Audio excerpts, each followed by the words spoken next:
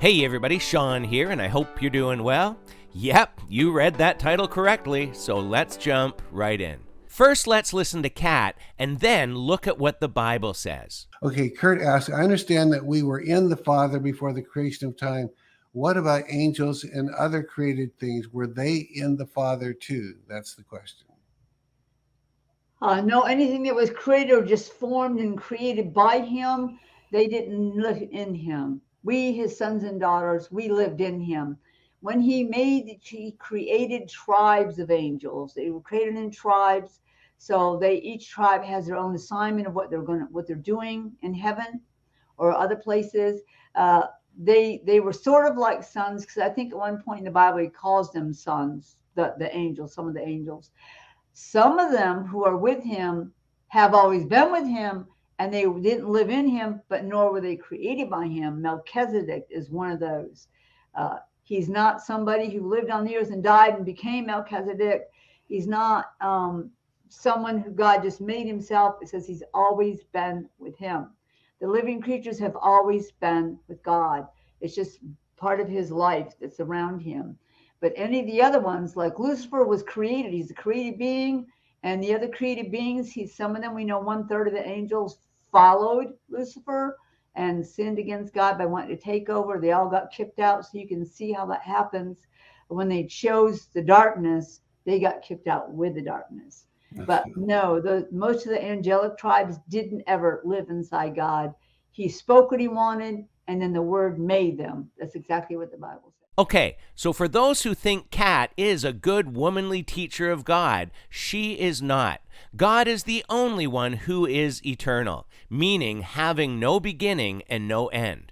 Colossians 1:16 tells us that all things in heaven and on earth, visible and invisible, were created by God. And John 1:3 also tells us that all things were made by God. This really is where it ends. There's no verses saying that some angels were not created or that living creatures have always been with God. Everything that exists was created by him. When speaking about Melchizedek, she's referring to Hebrews 7:3 that says, "He is without father or mother or genealogy, having neither beginning of days nor end of life, but resembling the Son of God, he continues a priest forever." Some believe that Melchizedek was a pre-incarnate appearance of Jesus Christ, or what we call a Christophany. And this is a possible theory, being that in Genesis 17:1, Abram received a visit where he saw and spoke with the Lord in the form of a man.